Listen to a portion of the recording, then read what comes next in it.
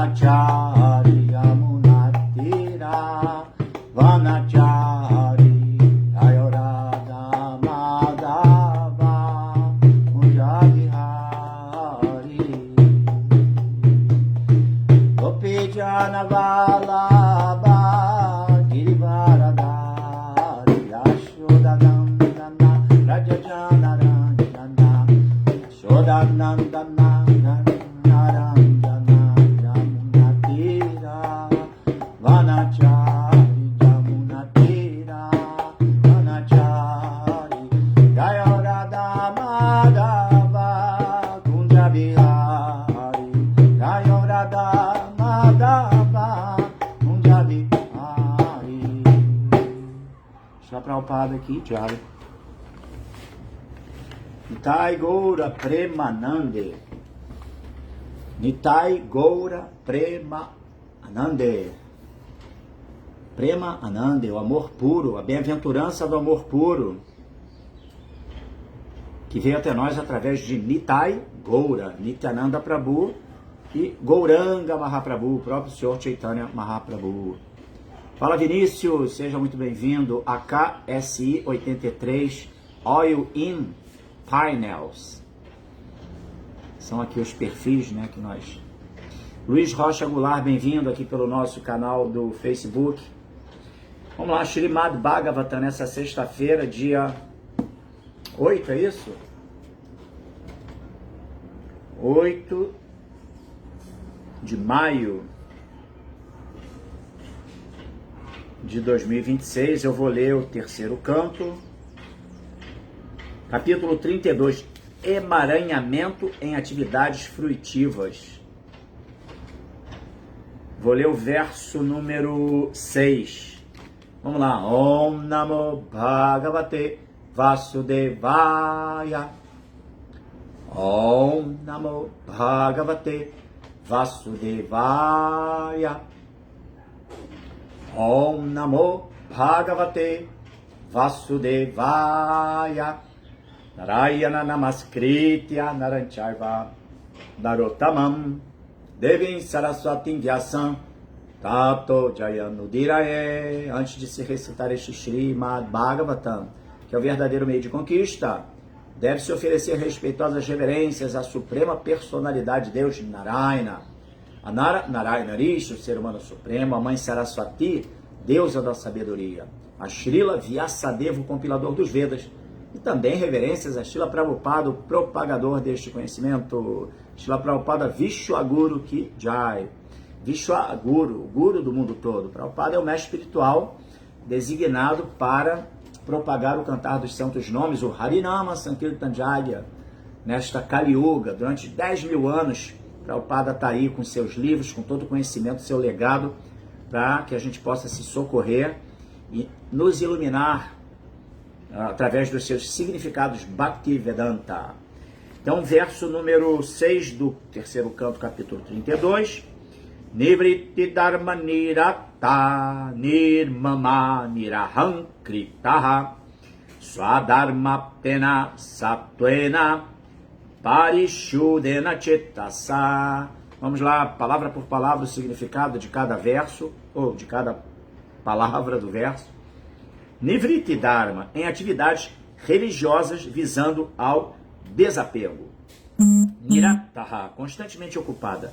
Nirmamaha, sem sentido de propriedade. Nirahankritaha, sem falso egoísmo. Swadharma, através de seus próprios deveres ocupacionais. Aptena, executados. Sattvena, pela bondade. Parishudena, plenamente purificada. Cetasa, com a consciência. Marcelo Magalhães, Hare Krishna, bom dia, seja bem-vindo. Conto com suas reflexões, perguntas, enfim, tudo sempre é muito bem-vindo, beleza? Então vamos lá. Tradução e significados dados por sua divina graça, Bhaktivedanta Swami Srila Prabhupada, que Jai Srila Prabhupada. Tradução é a seguinte: executando seus deveres ocupacionais, agindo com desapego e sem sentido de propriedade ou falso egoísmo, a pessoa situa-se em sua posição constitucional, à força da plena purificação de sua consciência, e por assim executar seus ditos deveres materiais, ela poderá entrar facilmente no reino de Deus. Jai Shila Prabhupada. Oi, Fernanda Perucci, bem-vinda. Ok, vamos ao significado de Shila Prabhupada. É um significado não muito extenso, mas, como sempre, extremamente elucidativo e assim permeado de muita informação, muito conhecimento para nutrir nossa inteligência e que a gente possa, então, se beneficiar disso, né? Para a nossa jornada espiritual no estabelecimento de uma conexão através de serviço devocional amoroso com Deus. Beleza? Hoje é dia 8, né, meu irmão? Então vamos lá. Significado. Aqui a expressão Nivriti Dharma Nirataha significa, abre aspas, dedicando-se constantemente a executar atividades religiosas, visando ao desapego, fecha aspas. Então aqui Prabhupada já dá uma primeira explanação sobre o conceito de Nivriti Dharma Nirataha. Depois continua. Há duas espécies de práticas religiosas. Uma se chama Pravriti Dharma, que se refere às atividades religiosas executadas pelos Grihamedis, em troca de elevação a planetas superiores ou em troca de prosperidade econômica, cuja meta final é o gozo dos sentidos. Captaram isso? Isso é um detalhe muito importante. Depois eu vou falar um pouquinho sobre isso, as religiões mundanas, que estão propondo a gente se conectar com Deus para poder resolver os problemas da vida, problemas materiais, casa, né, um lar, um bom emprego. Você está se relacionando com Deus para Ele suprir a sua vida material. Então esse é o caminho conhecido também como Nivriti Marga. Aliás, Pravriti Marga. Nivriti é o do desapego. Pravriti é o o aspecto de você vai para Deus, conectar-se com Deus para poder resolver os problemas materiais. E elevação, né? Falar um pouquinho depois mais sobre isso, que é bem interessante. Enfim, em última análise, esse caminho tem como meta final gratificação dos sentidos. Todos nós que viemos a este mundo material temos o sentido de assenhoreamento. Isso se chama Pravriti. Mas o tipo oposto de prática religiosa chama-se Nivriti. Consiste em agir para a suprema personalidade de Deus.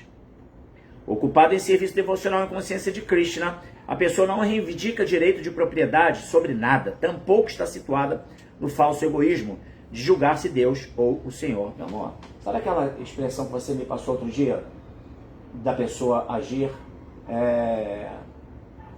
para ela ser o instrumento para glorificar Deus? Cadê aquilo? Pega lá para mim. Que é bem pertinente com a leitura de hoje. Estou pedindo aqui a minha esposa para pegar para mim o Vilenadia. Aqui, ó, que beleza. Que legal. Depois eu vou fazer aqui uma citação que é do viés bíblico, né, cristão, e que tem... Fala assim, vou dar o spoiler logo. Deus não nos dá fé para que apareçamos. Ele nos dá fé a fim de se revelar através de nós, para a glória dele. Tem tudo a ver com isso que a gente está lendo hoje, depois nós vamos esmiuçar um pouquinho esse conceito, beleza? Então, continuando aqui. Ocupada em serviço devocional em consciência de Krishna, ou consciência de Deus, a pessoa não reivindica direito de propriedade sobre nada, tampouco está situada no falso egoísmo de julgar-se Deus ou o Senhor. Não é incomum processos espirituais em que a pessoa entra numa viagem de que eu também sou Deus, tudo é Deus, de fato, tudo é emanação de Deus, mas daí pra gente achar que também eu sou Deus, todo mundo é Deus, e não consegue resolver nenhuma dor de cabeça, né? Isso é uma grande viagem, mas tem algumas linhas espiritualistas que advogam sobre isso, né? Eu sou Deus, então agora eu vou realizar a plenitude da minha existência, enfim. Então,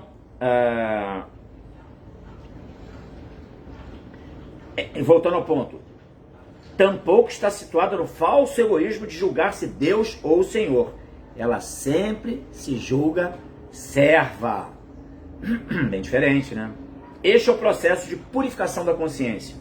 Somente com a consciência pura que se pode entrar no reino de Deus. As pessoas materialistas, quando em condição elevada, podem entrar em qualquer um dos planetas dentro deste mundo material, mas todas estão sujeitas à dissolução repetidamente. As pessoas materialistas, ou seja, que promovem na prática do pravriti marga, elevação gradual, prosperidade, elevação gradual materialmente falando, prosperidade material, riqueza material, e até no processo de migração da alma, né, da reencarnação, nascer em planetas superiores, em condições de vida muito mais opulentas do que, por exemplo, esse plano que a gente vive, o que dizer de planos inferiores e planos até infernais, né?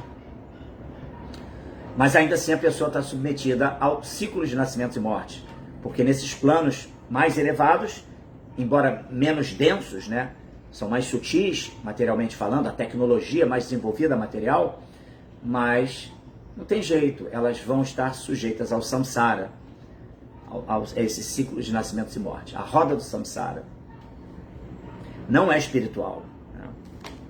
Então está se falando aqui sobre se adotar o caminho do Nivriti Marga, no qual você vai se realizar como alma, para que você possa se livrar da roda do samsara, realizar-se como alma e viver no plano espiritual do absoluto, que é um plano real, cheio de diversidade, variedade. É uma tolice achar que o plano espiritual é uma grande nuvem, um nada amorfo que não tem nada. Não faz sentido, tá? Então vamos lá. Om Gyana Timirandasya Gyana Jana Shalakaya Chakshuru Militandjena Tasmai Shri Gurave Namaha. Eu nasci na mais obscura região da ignorância, mas o meu mestre espiritual está abrindo os meus olhos com o archote do conhecimento. Ofereço-lhe, portanto, as minhas mais humildes e respeitosas reverências. Namam Vishnu Padaya Krishna Prestaya Bhuttare Srimate Bhaktivedanta Swamini Tinamine Shri Chaitanya Manobishtan Staptanjana Bhuttare Swarupa Kadad Mahayanda Datishwapadantika Shirupa Sisanatana Bhattara Gunata Sidiva Gopal Bhattata Saragunata Sadhu Goswam Prabhuski Jai Vanchakal Patarubias Chakri Pasindu Bia Eva Chapatitanam Pavane Bio Vaishnavebio Namo Namaha Jai Sri Krishna Chaitanya Prabhu Nityananda Shri Advaita Gadadhara Shivasadi Gora Bhaktavrinda Hare Krishna Krishna Krishna Hare Hare Hare Rama Rama Rama Hare Hare. Vamos lá repetir o verso. Nivriti Dharma Nirata Nirmama Niraham Kritaha Swadharma Ptena Satwena Parishudena Chittasa. A tradução: executando seus deveres ocupacionais, agindo com desapego e sem sentido de propriedade ou falso egoísmo, a pessoa situa-se em sua posição constitucional, à força de plena purificação de sua consciência, e por assim executar seus direitos e deveres materiais, ela poderá entrar facilmente no reino de Deus. Shila Prabhupada sempre assim, absolutamente transparente nos seus significados Bhaktivedanta, mostrando pra gente assim de forma clara qual é o melhor caminho a se adotar. Não é isso? Então quando se fala em Pravriti Marga, ou Pravriti Dharma, como ele fala aqui, né? Pravriti Dharma, está se falando sobre execução de atividades, um processo ritualístico, no qual você objetiva crescimento sob o ponto de vista material, também de consciência de uma certa forma, porque você está se alinhando com os princípios do Dharma mundano, da ética, da moralidade, e tudo isso impulsiona naturalmente um crescimento material. Né? É meio que assim, né? A questão do Dharma, Artha, Kama, Moksha. Esses são os Chatur. Purushartha, não é isso? Dharma, cumprimento do dever. Essencial que a entidade viva, a alma corporificada numa forma humana, ela cumpra com seus deveres perante esse mundo. Deveres familiares, deveres sociais, todo tipo de dever ele tem que ser executado com esmero. A pessoa deve dar o melhor de si. É muito comum hoje essa expressão, né? Eu dei o meu melhor, eu dei o meu melhor. Se você deu o seu melhor, ok.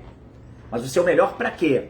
Para você ou para quem você quer servir?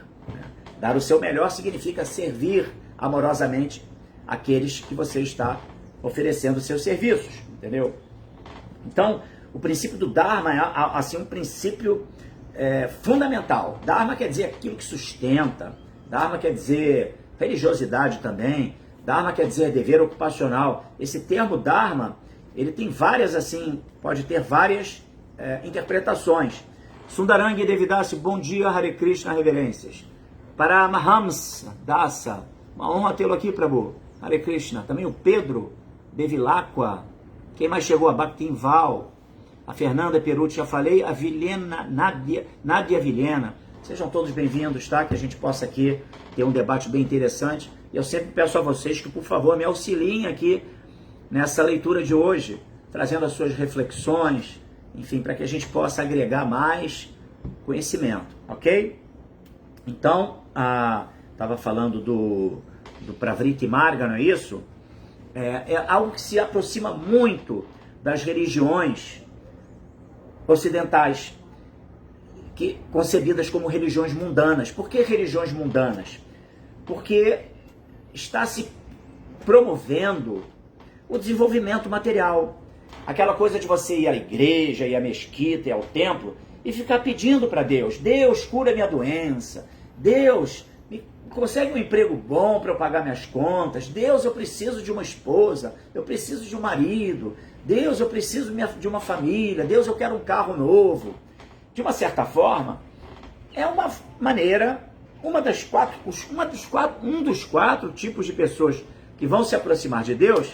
Uma delas é esse materialista. Tem um aflito, pessoa que está na aflição da vida.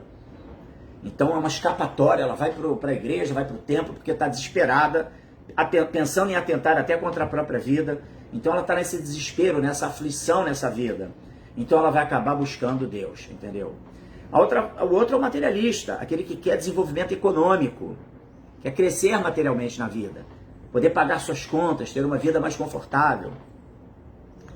O outro é o curioso, e finalmente tem o sábio, aquele que percebe que por trás de tudo isso tem uma fonte criadora, uma fonte geradora, e essa fonte geradora eu devo me relacionar com ela, porque ela é a fonte da minha existência, a raiz da minha existência. Então esses são os 4 tipos de pessoas. E o materialista é uma delas. E Krishna aceita, Deus aceita esse tipo de relação, entendeu? Ele não tem problema com ele. E ele vai até, na medida do possível, obviamente, atendendo o merecimento da pessoa, porque para receber benesses da vida, tem que haver merecimento, né? Ações meritórias para se obter esse sukriti material, entendeu? Então, aqui no Ocidente é muito comum isso, as igrejas estarem promovendo essa religião mundana, essa forma de se conectar com Deus para resolver os problemas da vida. Só que você está resolvendo os problemas da vida circunstanciais, da vida material, e não o problema real da alma espiritual. E qual é o nosso real problema? O Prabhupada enfatiza: os verdadeiros problemas são nascimento, velhice, doença e morte. A alma é eterna, nós somos seres eternos. Estamos nesse mundo aqui vagando nesse universo material, vidas e vidas e vidas. Bahuran Jamananante Gyanavam Mam Prapadyate. Cristo explica isso para Arjuna, na Bhagavad Gita, não é verdade? Milhares e milhares de nascimentos. Bahuran Jamananante, nascimentos e mortes. A gente está nascendo e morrendo nesse mundo há vidas e vidas e vidas. Gyanavam Mam Prapadyate. Aquele que Vam obtém Gyana, conhecimento sobre mim, Mam Prapadyante, vai me adorar. Vasudeva Sarvaniti, entendendo que eu sou aquilo que permeia tudo, eu sou aquilo que penetra em tudo, eu sou o objeto de adoração. Samahatma Sudurlabha, tal grande alma, é muito rara. Ou seja, uma pessoa que de fato vai se conectar com Deus, dentro do princípio de se colocar como servo de Deus, Deus me ocupe em seu serviço, por favor, e clama por isso, é um naipe de pessoa diferenciado, entendeu? Isso não é fácil. Realmente exercer essa consciência e agir dentro dessa perspectiva é um estado de consciência muito elevado. E é totalmente diferente das religiões mundanas, como eu mencionei, que estão querendo resolver os problemas de pagar conta, entendeu? De resolver problema de doença física, ou mesmo doença mental. Claro, são problemas que devem ser resolvidos também. Mas para isso precisamos também de merecimento. Normalmente, como a gente sabe, todo tipo de distúrbio que acontece, os kleshas, né? Todos os kleshas que nós sofremos, são fruto das nossas próprias ações pretéritas. Ninguém está sofrendo injustamente. Todo tipo de sofrimento que alguém tem nesse mundo, nessa vida, é em razão dos seus atos pregressos. Entendeu? Seja sob o ponto de vista do sofrimento físico, adhyatma, adibáltica, adidaivika, e a adhyatma, adidávika, adibáltica, kleshas, são os kleshas, né?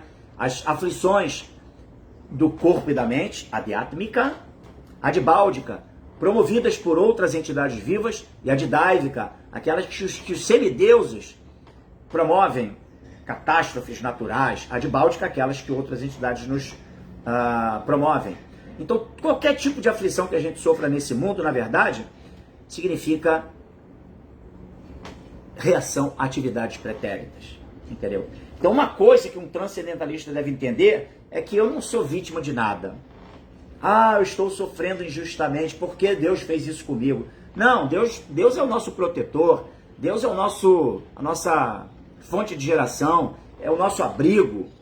A gente está apenas colhendo o resultado das nossas ações. Tem aquele ditado que fala, né? A semeadura é opcional, só que a colheita é obrigatória. A gente age da maneira que a gente quer, dentro do nosso livre-arbítrio. E aí, o resultado não nos pertence. Não nos pertence. Então, com base nas suas ações, virão as reações. Então, tudo que acontece com qualquer ser vivo, isso se dá em razão da lei do karma. Entendeu? Então, para as religiões mundanas, por exemplo, a gente temos aí diversos tipos de igrejas, não é verdade? Que estão aí promovendo o culto da prosperidade. Venha para a minha igreja que você vai resolver seus problemas, vai curar sua doença, você vai progredir materialmente, Deus vai te dar um emprego bom. Né? Isso tudo é positivo, claro que é positivo, mas não é o que vai efetivamente resolver os problemas reais da existência, que, como eu mencionei, como Prabhupada menciona, nascimento, velhice, doença e morte. Você vai meramente resolver o problema se tiver merecimento, porque tem que ter merecimento. A pessoa tem que agir dentro da retidão, da ética, da moralidade, fazer o bem, aí vai colher o resultado satisfatório. É o tal do Artha. Lembra que eu falei dos Chatupurusharthas? Dharma, cumprimento do dever. Artha, desenvolvimento econômico. Naturalmente, uma pessoa que está ali na retidão, que cumpre seus deveres com esmero, ela vai ter um desenvolvimento natural. Depois, Kama, consequentemente, ela vai ter condições de quê? Desfrutar da vida, curtir a vida, tranquila. E Moksha. Aí, depois de um tempo, percebendo que nada disso vai preencher as lacunas existenciais do coração, ela vai entender, cara, esse mundo aqui realmente é um mundo que, apesar de tudo, eu estou muito bem, está tudo certo, eu desfruto, mas não é isso, isso não me satisfaz plenamente. Então ela quer o quê? Moksha, liberação. E essa liberação se dá através do quê? Da nossa conexão com Deus, entendeu? E isso é o Nivriti Marga, é o caminho de Nivriti Marga, o caminho através do qual você se coloca como instrumento de Deus para servi-lo amorosamente. O que quer dizer o Mahamantra Hare Krishna que a gente canta todos os dias? Hare Krishna, Krishna Krishna, Hare Hare. Hare Rama, Rama Rama, Hare Hare. O que é esse mantra poderoso? O que ele está clamando? Claro, a gente precisa cantar esse Mahamantra, fazer essa meditação, assim, com maior introspecção possível. O que não é fácil para nós por exemplo, que somos chefes de família. Às vezes eu tenho que cantar Hare Krishna até dirigindo. Boto lá o Mahamantra Prabhupada cantando, dependendo da situação, devido à minha agenda de vida, meus compromissos familiares, compromissos de trabalho. Se eu não conseguir acordar muito cedo, não conseguir adiantar minha japa-mala, vou cantar no metrô, mas eu vou cantar, entendeu? Não é o ideal. Né? O ideal é o quê? Introspecção, estado meditativo. Você conseguir acordar logo cedo, cantar sua japa, com o mais cuidado possível para glorificar os nomes de Deus. Entendeu? Esse mantra poderoso, o que ele quer dizer? Ele quer dizer o seguinte: ó Senhor todo atrativo, ó Senhor todo prazeroso, ó energia do Senhor, por favor, ocupe-me em seu serviço. É um clamor da alma. Prabhupada diz que a gente deve cantar Hare Krishna como um bebê chorando pelo seio da mãe para que possa amamentá-lo, com fome, precisando daquele alimento para sobreviver. Então, da mesma forma, deve-se orar ao Senhor, através do Mahamantra Hare Krishna, com esse estado de espírito. Pelo amor de Deus, Krishna, me ocupa no seu serviço amoroso, eu quero servi-lo, meu Deus. Esse é o estado de consciência com o qual a gente deve abordar o santo nome, entendeu? Então é muito diferente de você estar ali pedindo, colocando Deus na condição do seu servo em última análise, como se ele fosse o gênio da lâmpada. Deus, eu quero isso, eu quero aquilo. Tudo bem, Deus aceita esse tipo de abordagem, conforme eu mencionei. Né? Temos o aflito, aquele materialista que quer desenvolvimento econômico, o curioso e o sábio. Ok? O materialista, o que quer desenvolvimento econômico, é um dos tipos de pessoas que vai buscar Deus. E Deus aceita esse tipo de abordagem. Só que, claro, ele vai reciprocar nessa medida que a pessoa está buscando Deus, se a pessoa tiver merecimento.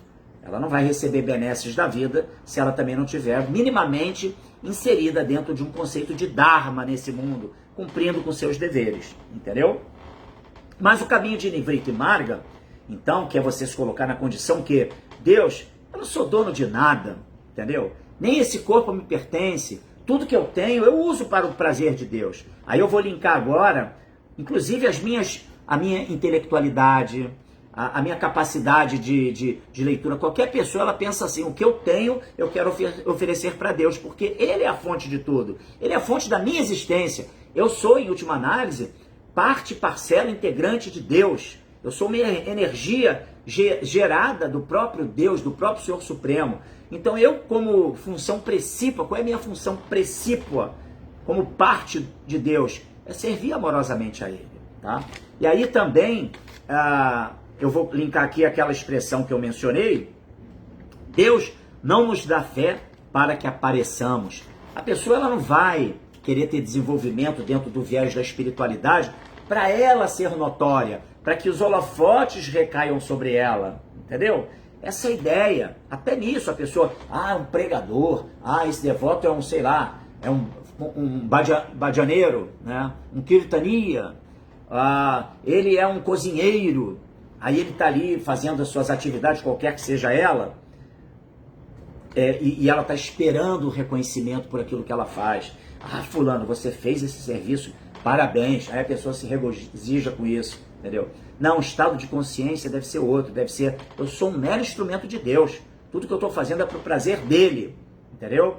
Então a pessoa não fica querendo colher para si o resultado das suas atividades, ela busca unicamente glorificar Deus e que Ele seja louvado. Então, complementando aqui, Deus não nos dá fé para que apareçamos, para a gente ficar ali no holofote. Ele nos dá fé a fim de se revelar através de nós, para que a gente seja um instrumento dele, para a glória dele. Essa é a ideia, entendeu? Isso se alinha completamente com o conceito de Bhakti e de Nivriti Marga. A gente agir para a glorificação, que seja feita a vossa vontade, assim na terra como no céu. Não tem essa expressão? Então essa é a ideia, entendeu? O Nivriti Marga, ele prega o quê? Que a gente tenha consciência de que esse mundo é transitório, é temporário. Esse corpo nem me pertence. Deus está me dando a oportunidade de agir nesse mundo, utilizando-me desse instrumento, que é esse meu invólucro, esse corpo material, só que eu tenho que me conectar com Ele, eu tenho que glorificar Ele, Ele que deve ser assim glorificado, Ele que deve ser notado através de mim, e não eu mesmo. E Prabhupada, ele tem uma realização de Prabhupada muito interessante, um episódio em que Prabhupada, em dado momento, ele mencionou assim, porque Prabhupada, claro, devido a pessoa que ele era, a alma, imagine um Nitya Siddha, uma alma liberada, que vem para esse mundo para empreender uma missão em nome de Deus. E Prabhupada fez isso de maneira perfeita. Tá?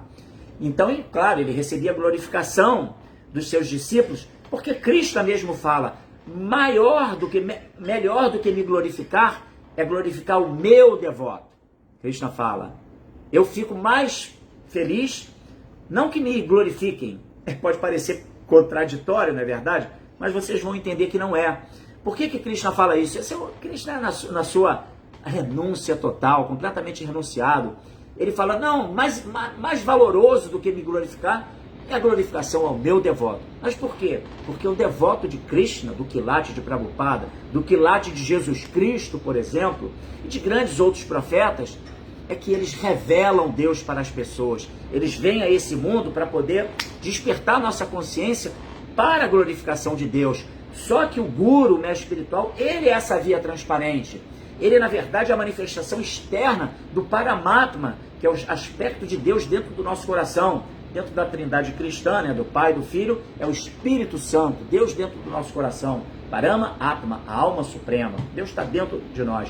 Então, o mestre espiritual, ele é essa manifestação do Paramatma externo, do Espírito de Deus externo que se manifesta nesse mundo.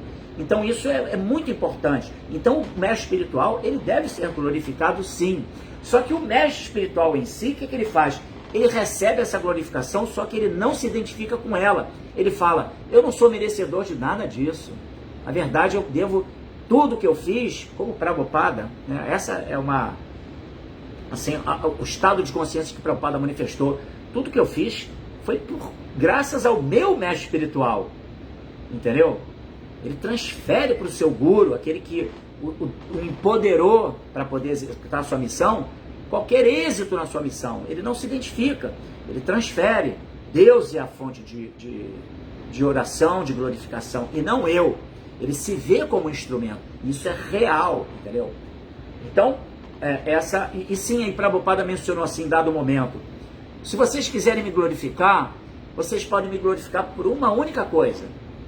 Prabhupada falou, é que eu nunca quis ser Deus. Eu nunca quis roubar a posição de Deus.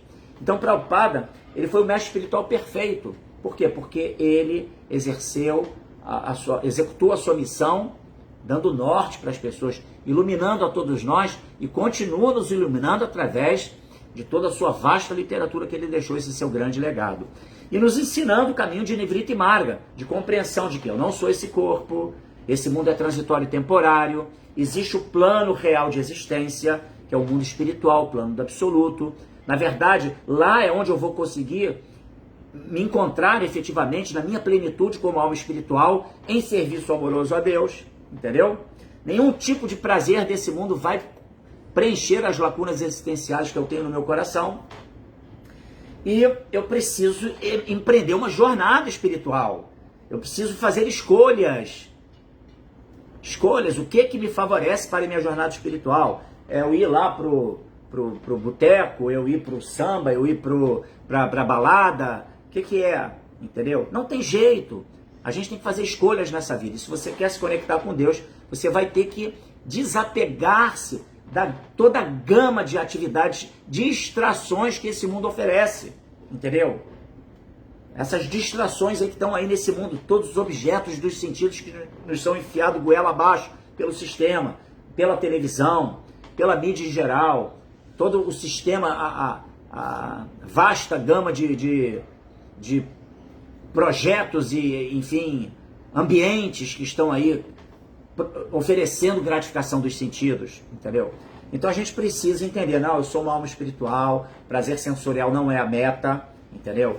E, portanto, eu quero ir num caminho de purificação. E para isso tem que ter desapego. Se você se mantém apegado a esse mundo, como é que você vai se livrar da necessidade de nascer nesse mundo? Então, voltando ao ponto, se você está indo a Deus para pedir Deus bênçãos materiais, você continua preso a esse mundo, porque a sua meta é resolver os problemas circunstanciais da vida, os problemas materiais. Então Deus vai te dar, se você tiver merecimento, vai te dar. Só que você está clamando para Deus.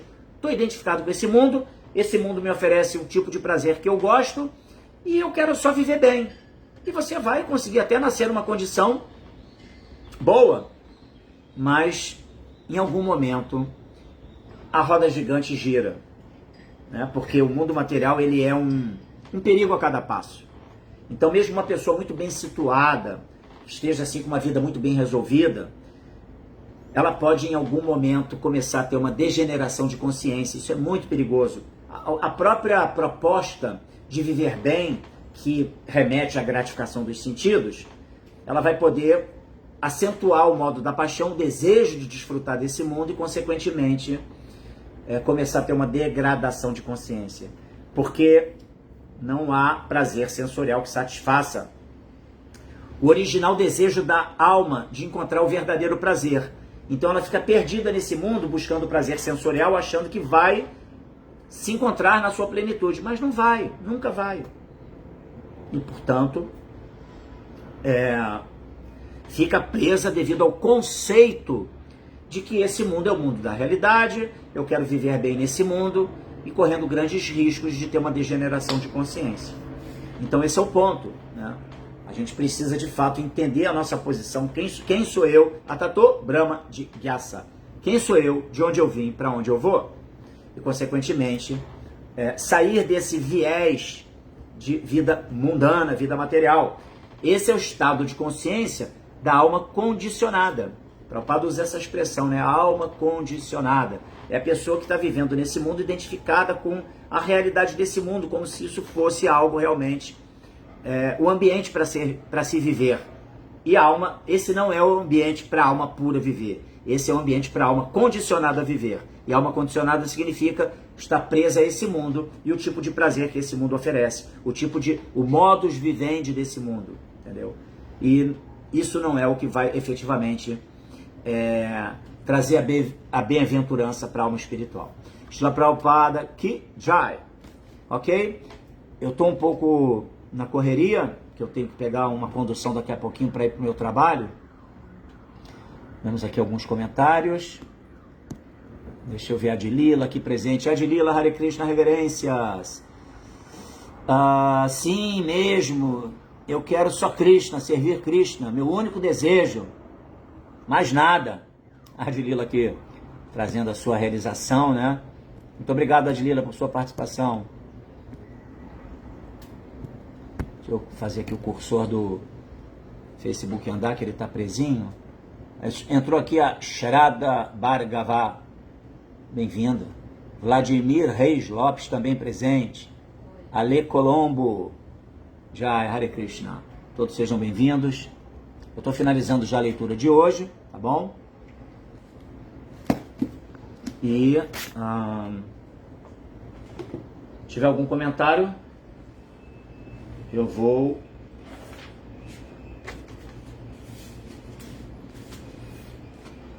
vamos lá. Sim, tem um outro comentário aqui. Deixa eu ver se eu consigo. Pronto. Irmão, coitado, Krishna não vai. Sim, as pessoas estão sofrendo porque se esqueceram de Krishna. Temos que restabelecer nossa eterna relação com Deus. E sim, que todo tipo de sofrimento é em razão das nossas atividades. Também a Adilila comenta aqui, né? Meu apego a Krishna em primeiro lugar. E também ela fala, irmão, eu quero só ver Krishna. Está lendo Krishna todos os dias, os livros sobre Krishna à noite, o foco é Krishna, nada mais.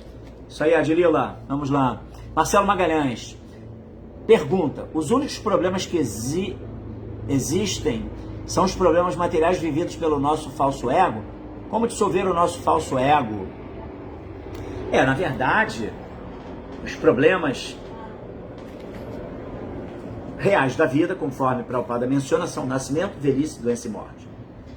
Isso é que tem que ser resolvido, porque somos almas eternas.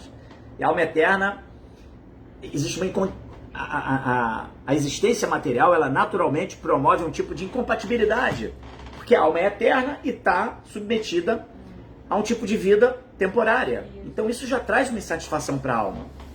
um medo, uma insegurança, uma insatisfação. Por quê? Porque a alma não está, mas como estamos na ignorância, a gente não tem informações, ficamos na ignorância devido à existência material, né? Nos é tirado o conceito Chita de existência, né? Que é um dos elementos, um dos componentes da alma, na sua identidade verdadeira, alma pura, né? Chita, consciência, conhecimento. A gente fica atita, uma vez nascendo nesse mundo, nossa condição é atita, na ignorância, sem conhecimento, entendeu? Não somos conscientes da nossa realidade como almas espirituais, ficamos presos nesse mundo, identificados com esse tipo, essa dinâmica de vida material, não é isso? Então, portanto, porque estamos identificados, tudo é um grande problema. Eu estou doente, meu Deus, estou doente. Por quê? Você está identificado com o corpo.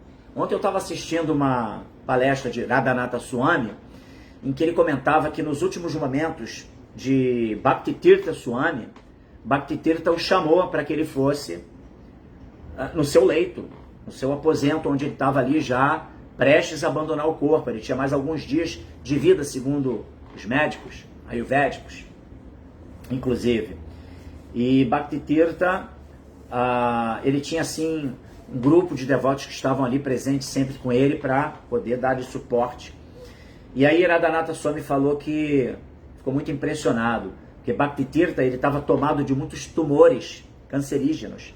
Ele teve um melanoma, não é isso? Vários tumores de câncer que estavam afetando o seu corpo físico.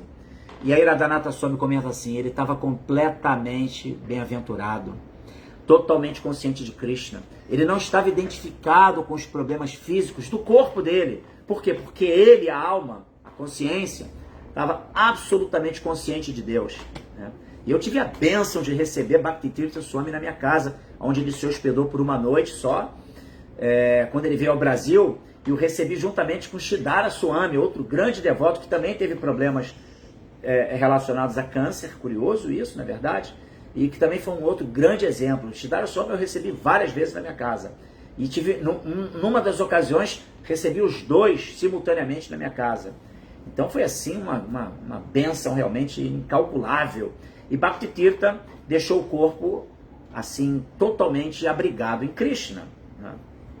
Nada identificado com o problema físico que ele estava carregando, entendeu? Então, de fato, Marcelo, esses não são os verdadeiros problemas.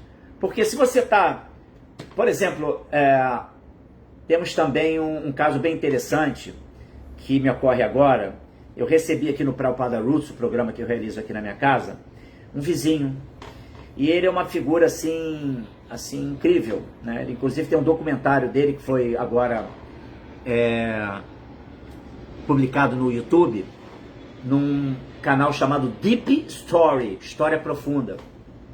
Ele foi entrevistado porque ele, com 2 anos e meio de idade, ele foi largado num trem com direção a Vitória, no Espírito Santo, de Minas Gerais para Vitória. A mãe o largou, com 2 anos e meio. E ele saltou lá na última estação em Vitória, onde o trem parou por último, desceu e ficou vagando ali pela estação. O fiscal percebeu aquela criança pequenininha, próximo de 3 anos de idade. E, cara, o que você está fazendo aqui? O menino perdido. Então levou esse menino para o responsável por aquela estação.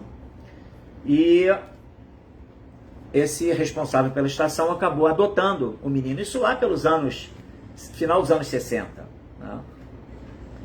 Ele é de 66, deve ter sido lá por volta de 69. Quando, inclusive, esse processo de adoção era muito menos formal como hoje, na verdade. Então, levou para casa e começou a cuidar do menino. E ele recebeu esse acolhimento, tá, de uma família adotiva. Passados 15 anos, ele era um piloto da FAB. Piloto de Força Aérea Brasileira de aviões de caça. E ainda teve que se submeter a ejetar de uma aeronave que estava uma Embraer, avião de caça que estava em experimental, voo experimental. O avião deu defeito, caiu, ele ejetou, ok, sobreviveu. E olha só que interessante, isso só já é assim uma grande história de vida, né? Depois, mais tarde, dele, enfim, executar outros serviços dentro da área da aviação, piloto executivo, ele comprou um veleiro e foi navegar pelo mundo. E navegou o mundo todo. deu a volta ao mundo num veleiro. E ele teve como companhia, aí que está o X da questão, um amigo que ele conheceu, não me recordo agora o nome do amigo, um americano, e esse americano, ele estava assim num sinal de motocicleta, e de repente um cara bêbado numa picape o atropelou. E ele ficou 6 meses em coma, e quando ele voltou do coma, ele se deu conta que ele não tinha mais uma perna e um braço. O amigo do Renato, essa pessoa que virou piloto da FAB, amigo dele, o acompanhou numa viagem pelo mundo, num trecho, numa perna do mundo, da viagem ao volta ao mundo de veleiro.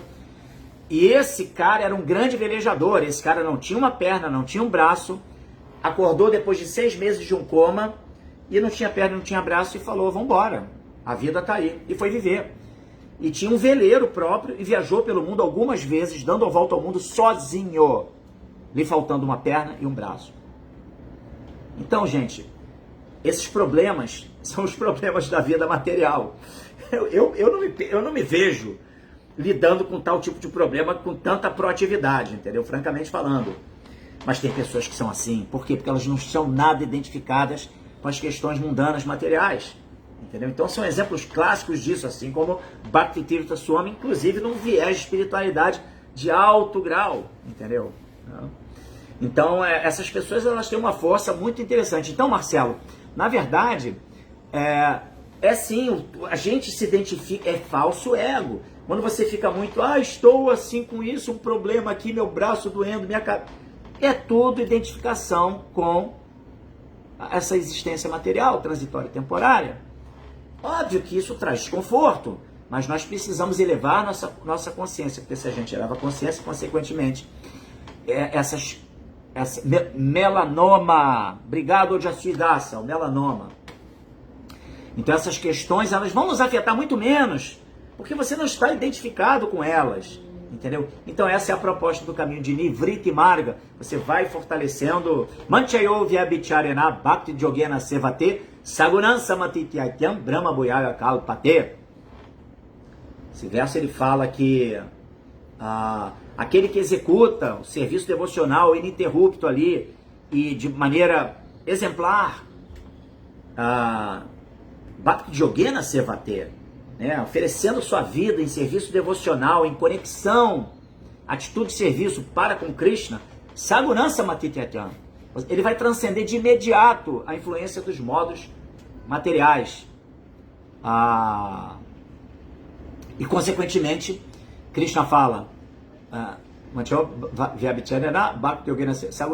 Brahma Bhuyaya Kalpate. E essa pessoa vai alcançar um estado de consciência de alma, vai se enxergar como alma, entendeu? Então, e assim você vai conseguir o quê? Receber a Bhakti de Krishna. A Bhakti de Krishna, o serviço devocional de Krishna vai se revelar. É assim, entendeu o que acontece? Brahma Bhuta Prasanatma Nasho Chatina Kankshati Sama Sarveshu Bhuteshu Mad Bhaktin Labate Param. É uma conexão um verso com o outro mais ou menos, embora sejam de capítulos distintos, né? Esse segundo é do capítulo 18, o outro é do capítulo 8, se eu não me engano. E aí, esse outro, Brahma Bhuta Prasana, a pessoa quando se situa na condição de alma, Brahma Bhuta Prasana, Nashochatina Kankshati, ela passa a não se lamentar por mais nada, e nem ficar buscando desenvolvimento econômico, benesses materiais. Sama Sarveshu Bhuteshu, ela se torna um bem-querente de todas as entidades vivas. E aí Krishna fala, Mad Bhaktin Labate Param, e essa pessoa vai alcançar a minha Bhakti, serviço devocional puro. Então é assim, entendeu? Nivriti é isso, desapegar desse mundo, desapegar no sentido de não ficar sofrendo, mas cumprir com todas as suas obrigações com esmero, perante família, perante sociedade. Só que você faz tudo dentro da consciência, eu sou um instrumento de Krishna. Eu tenho que me relacionar com essas pessoas enxergando todas como almas, e que os nossos relacionamentos eles possam ser uma oferenda a Deus, para que Deus seja glorificado. Esse é o conceito de Nivriti Marga, esse é o conceito do serviço devocional a Krishna. Tá bom? Então, as minhas reverências também ao Ojasuidasa, que é o Otávio Daniel Neves. Acho que eu posso ficar por aqui, tá bom, gente? Muito obrigado, Otávio, por me trazer o melanoma, né, que é um tipo de tumor cancerígeno, que eu mencionei aqui de Bhaktivedanta Swami. E a Adilila comenta aqui, irmão, não quero nascer de novo, quero voltar para o Supremo. Precisamos empreender uma jornada para isso e vamos em frente. O serviço devocional está aí, Prabhupada deixou esse grande legado, que é o Sadhana Bhakti, não é isso? O estudo ininterrupto, a prática constante, para que a gente possa se desapegando das coisas desse mundo e aí a gente ficar conectado com Krishna. E no momento de partir desse mundo, Krishna vai decidir se nos leva, se deixa a gente aqui para a gente ainda servi-lo mais. Aí, na verdade, a gente deve desenvolver uma consciência de deixar que Krishna, ele nos controle, ele decida por nós, porque ele sempre é o nosso bem-querente, é o nosso melhor amigo, e ele quer o nosso bem. Ele sempre vai estar nos dando o abrigo que necessitamos. Tá bom? Então, eu vou ficando por aqui. Muito obrigado a todos pela participação. Vou correr, que eu tenho um ônibus ali para pegar, que passa no horário certinho. Hare Krishna, Shila Prabhupada, que Jai, bom final de semana para todos vocês. Hare Krishna. Jai.